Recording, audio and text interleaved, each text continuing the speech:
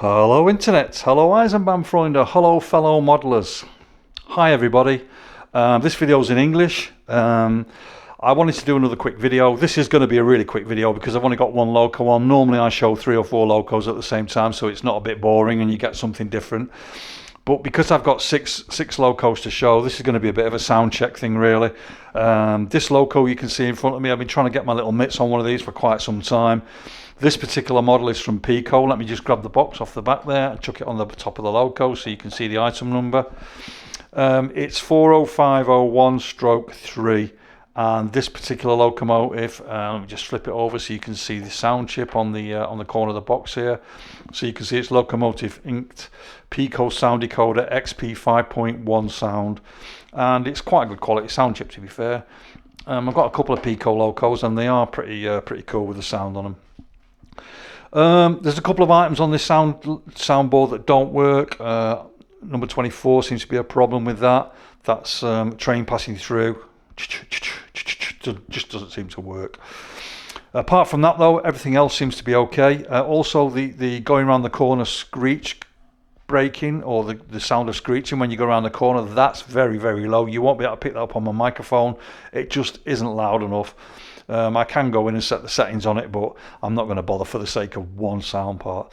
But anyway, this is in the old DB livery, in the old like burgundy red with the black top and the grey roof, and it's a really nice locomotive. It was one of the first diesels that hung about in the 1951ish.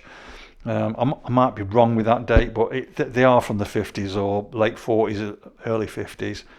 And it's a striking locomotive, and Piko have done really well. I had one of these from Fleischmann, and again I had some technical issues with it. The sound chip didn't work on it, it kept stalling and stopping, so we sent it back to get Fleischmann to repair it, but they never repaired it, so I ended up getting a refund, which is kind of sad because, you know, the Fleischmann stuff's deteriorated over the last couple of 3 years, and it's forever sending stuff back. But this Piko model, I've run it quite a few hours now and it's fantastic. It's very effective. It goes over the points brilliantly, even very slowly.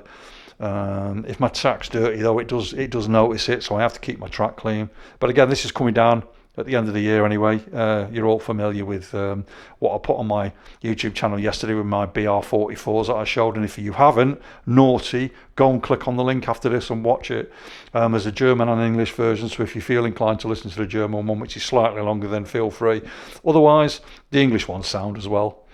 So let's get crack on with this. I'm going to start off with the lights, and the lights work on F0 as normal. I'm just going to turn my camera lights off at the back here, guys, so that we can move this loco forward and backwards and you can actually see the lights and how powerful they are on this loco. So let me just move it forward, and I'll just move my camera around so we can just pick up the rear lights, and then I'm going to change the direction and you'll see the lights, and then I'm going to faff around with a couple of the F keys. So let me just stop it there. Right, so as you can see with my Brat Volkswagen there, how slowly that just slowed down then and stopped itself, which is cool. So when you put it on stop straight away, it does slow down very slowly, incrementally, which is fantastic.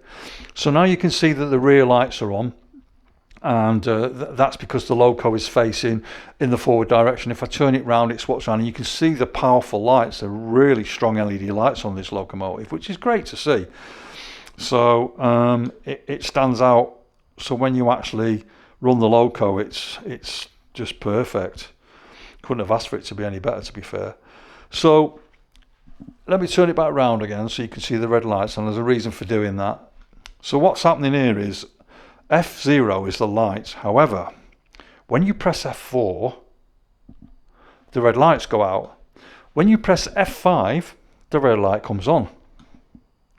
So there's a function to turn it off. I don't understand why they've done that, because you could just press F4 again and F4 would bring it back on. But if I press F4 again now, nothing happens. If I press F5, nothing happens.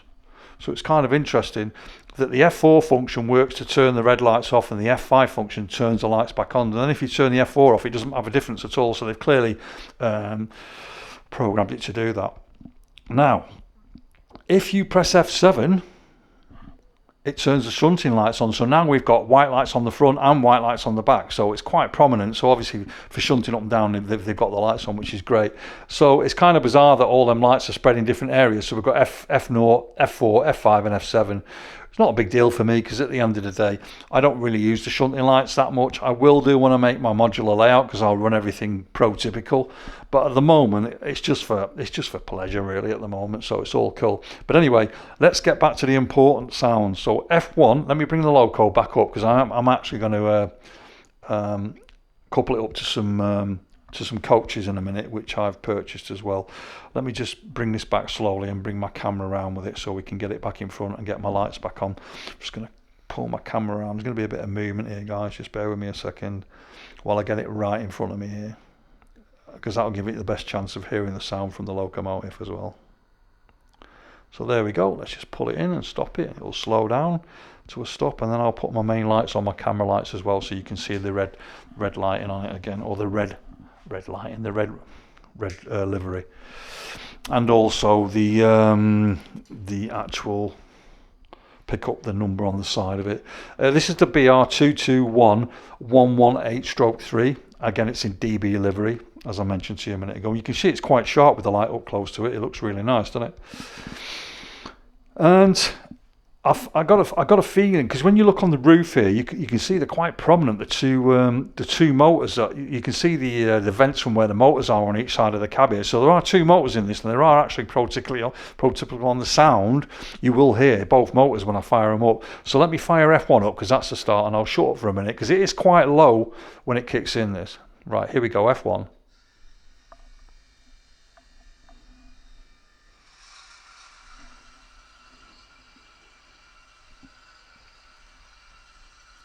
Right, there you go. It's got a really good gurgly diesel sound to it, which I love. I'm going to press F3 now, because that's the second motor.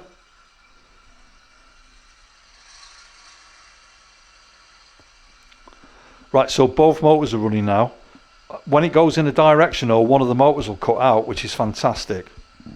Very nice touch. F2. A nice horn. Not too long. Not too low. And then we've got, obviously I've done F4 and F5 previously, because they were the red lights off and on at the back. F6, that is sludge removal. Fantastic, eh? F8,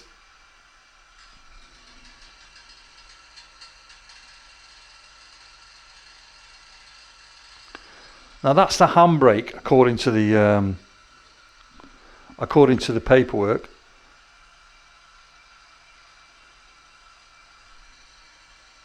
Just trying to put it off and on again, but it sounds to me like it's a train going over track. It just seems, it doesn't sound like a handbrake. It just sounds like a train going over some sleepers.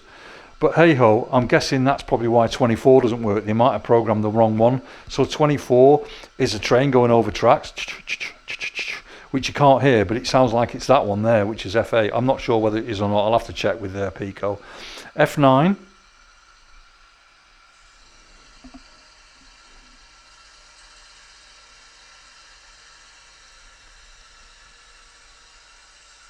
That's the air compressor.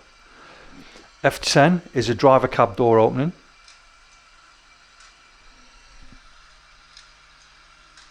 F11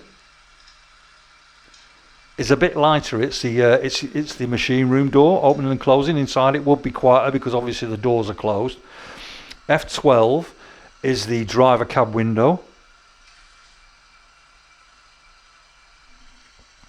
If I turn the motors off, you'll hear that louder, but there's no point turning the motors off, because obviously it just sounds rubbish. F13 is slide the window. I can hear it, but you won't. Even though the microphone's quite powerful, it won't pick it up. F14, which is the fuel feed pump.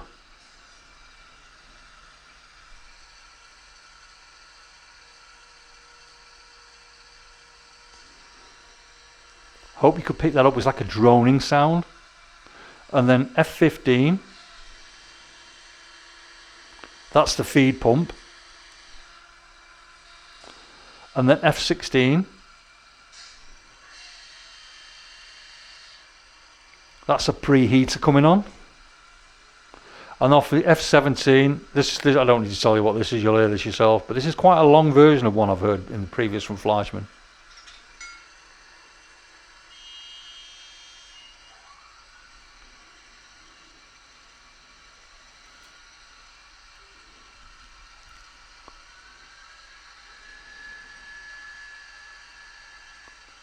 So I kept quiet there because it's quite a long version.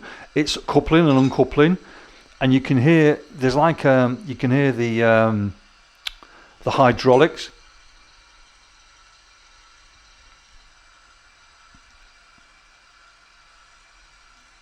There's like a gurgling of the hydraulics when they pull them all apart. I think it's brilliant. F18. Yeah, we all know what that is. That's the conductor signal, obviously. And then station announcement, which is in German, obviously.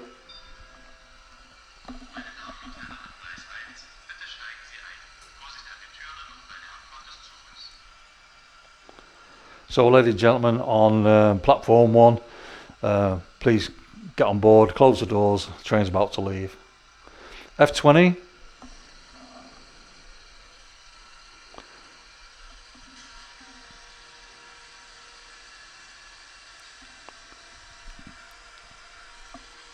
There's like a bit of a motor sound here, and it says on the paperwork, info for groups. I haven't got a clue what that means, because it's like it's like there's a gurgling sound there. So below, if anybody know what info for groups means, because I haven't got a Scooby-Doo. 21. That releases compressed air. And 22. That's sanding. 23 only works when the loco drives, and that is curve squeal, and that doesn't work either. So there's definitely something amiss with this chip. I might have to have it returned and get them to check it. 24, like I mentioned, is rail track sounds, but there's nothing there. It doesn't make any sounds at all. So what I'm going to do is I'm going to send this back, and we'll have an update on it if there is an issue with it. I'll get it sent back to Piko, get Piko to recheck it, and then obviously we'll get it back and see what happens. But I mean, it runs smooth enough, everything works great. There's just a few sound things. It might be something to do with the way the sound chip's in the loco or that. I don't know, but I'm pretty happy with the loco. I'm not really too bothered about that personally, but you expect it to do what it says on the can when you're paying a few £100 for, you know, something that's quite expensive, because these things are not cheap. As everyone will know, you know, I mean, I can't remember what I paid for it. It wasn't as much as a Fleischmann loco, that's for certain, but you know, I mean, you do expect quality, don't you, for something when you've got a sound locomotive. But anyway, I'm not here to gripe about it, because to be honest with you, I really do like the Piko stuff. I think it's very well built, and it is made in Germany. Some of it's made a bit in Korea as well. I'll have to have a look at the paperwork on this. I'm pretty sure this one was actually made in Germany. From what I was reading in the paperwork before, yeah, it's made in Germany. So that's a blessing in disguise, because normally the stuff that's made in China, I'm not a big fan of that, if I'm honest. Although they're getting better. But this Dr. Sommer has built his factory out in China, and he goes out there regular, and all his tooling's over there and stuff like that. So all he's got is cheap labour over there working his tools, which is fair enough. He wants to make profit, I'm sure everybody does. But anyway, enough of that. Let's get on with what we've got here. This is coming to the close of the video now. I just wanted to show this loco and its sound functions. However, I have got some wagons, I have got some passenger coaches on here, which I'm going to line through one at a time. So let's just start the loco off and move it forward, and then I'll bring the coaches into view. So these are the new Fleischmann set that came out just recently, and I've been waiting for these to come forever. And I used to have these in a HO format, and they were brilliant when I was a kid. This is the fantastic blue coloured first class, with the yellow first class bandle across the top of the window. And to be fair, this model looks fantastic. My only criticism for this model is that the new bogies on this have been made with slot-ins, so you can no longer put the lighting clips in that you used to be able to underneath the bogies and rest them on the bogie wire, on the bogie metal rods that the wheels are held on, and that's how you would bring the light function to life off the track. Now where that clip used to go up the middle is now a push function for the bogie to go in, so you can no longer put that metal post up the middle and have it connected and just screw it on with a screw. How I'm going to put the lighting in here, I've got no idea. I'm sure Fleischmann haven't even thought about that. They're still selling the same lighting but in LED version with the slots on the bottom, and they're not going to fit, and they're like 25 quid a pack, you know. So Fleischmann, you need to get your finger out here, guys.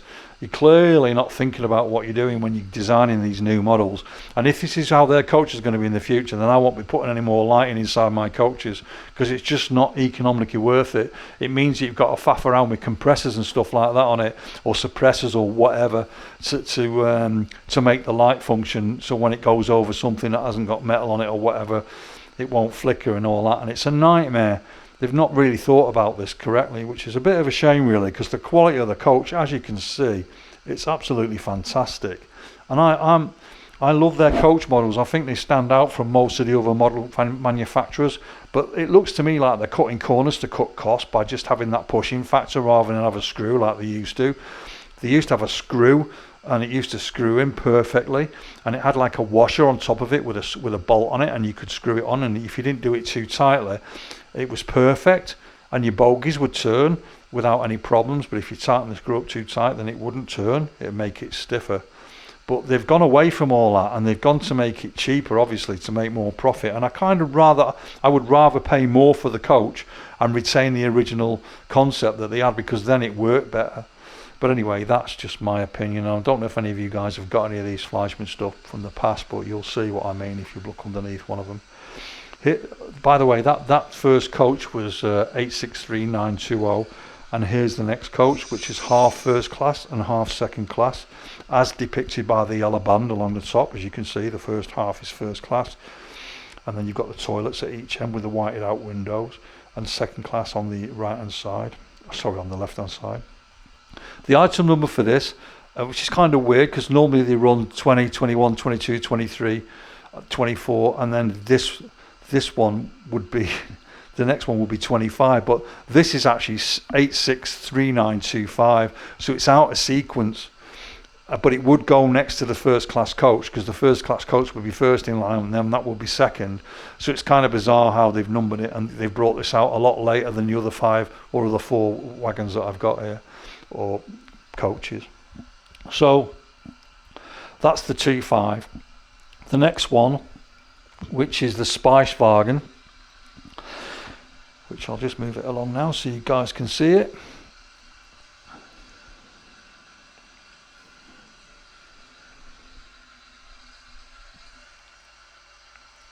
There we go. It's interesting how there's no lose on this one. I'm just going to try and drop my camera down a little bit so I can level my just so I can bring it in right into the side of this. Just dropping it down. So there we go. I just want to get my autofocus to go as close as I can so we can try and read the writing on the side if we can. If you're picking any dust up on these, forgive me, they shouldn't be too dirty. I did try to clean them the other day with my paintbrush. So this is the second class part, obviously, and then you've got the DB emblem with the Spicewagen next to it on the left hand side there. Again, very nice looking loco coach. This is the 863922. Very eye catching. I think it's quite prominent. I used to see a lot of these when I was living in Germany as a kid growing up, going to school. Used to watch them all the time, flying through some of the main stations. They were great, and it's good to see them again. I've not had this set since I had a HO set when I was a kid, so it's great to have it again.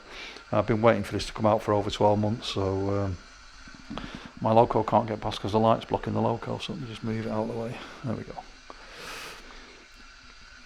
Okay, so here's the next one. Just straighten my camera around, hold it up again. Again, you can see second class. This is 863922. and again it's got the second class all the way through, and you've got the whited out windows for where the loos are. And again, the livery is really nice. I mean, the windows and everything are perfectly how they used to be, which is great. And the next one, I've got two of the same model. The next one, which is the 863923. So I bought two of them, so it'd be slightly longer.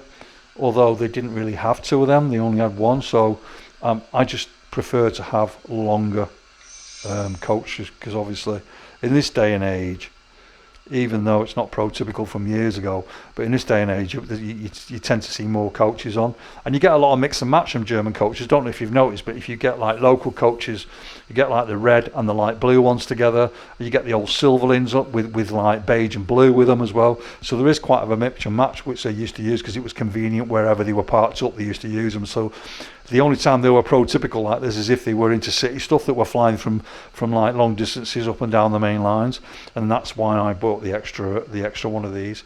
So there's two of these 23s, as you can see here.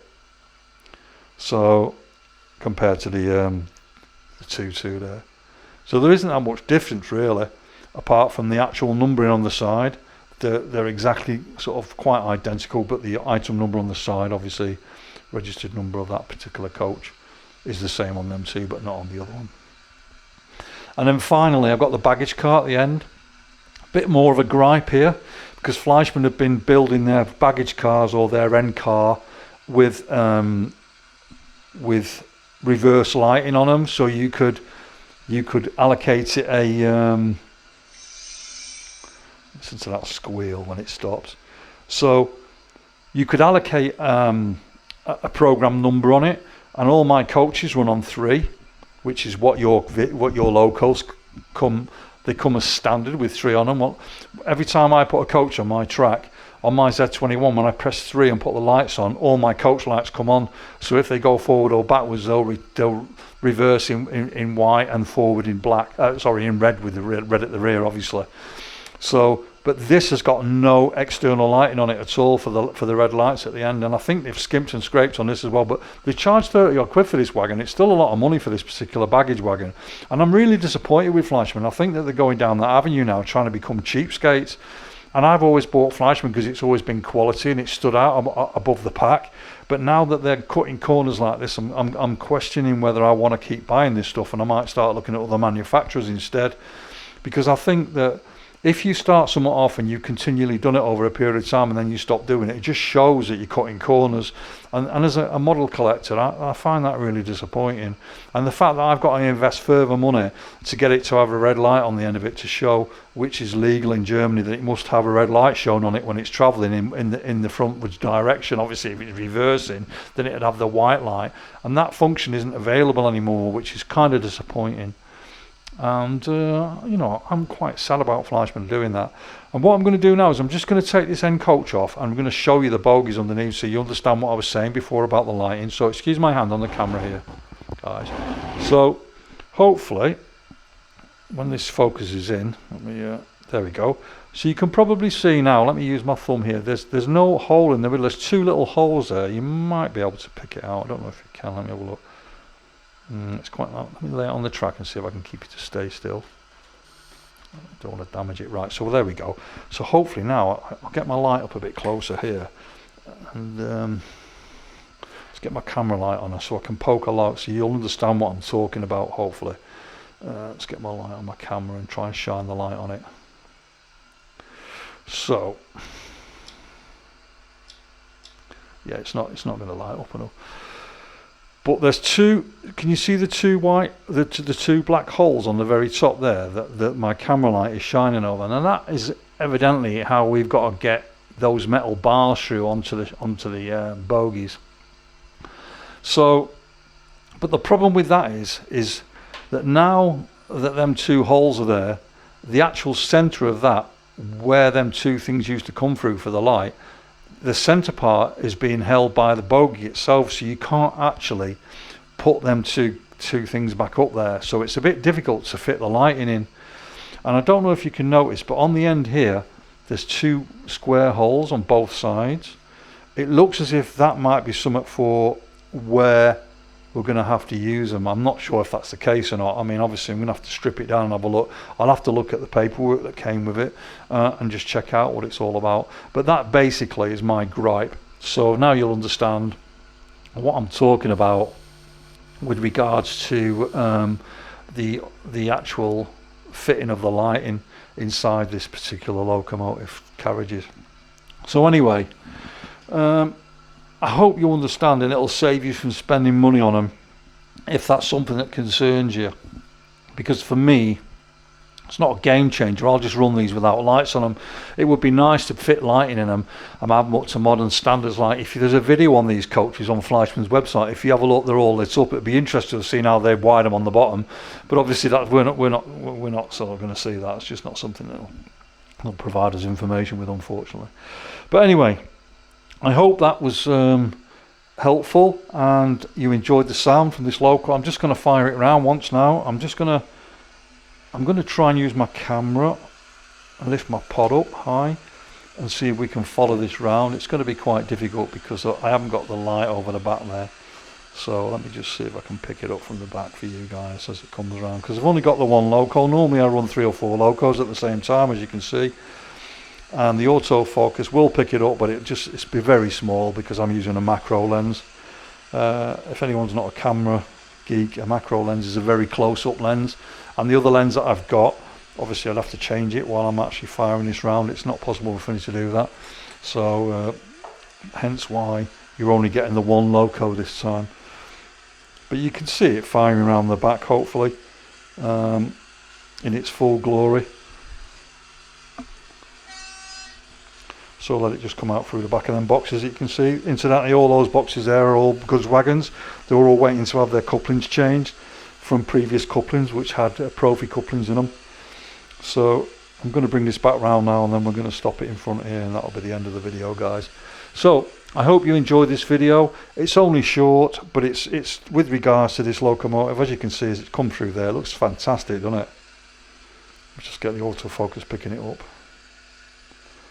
Yeah, I quite like the Piko stuff. I think it looks pretty cool. Braking sound on it is fantastic. So there you go, guys. There's Piko's 40501/3 BR221 118/3 Deutsches Bundesbahn amazing diesel locomotive.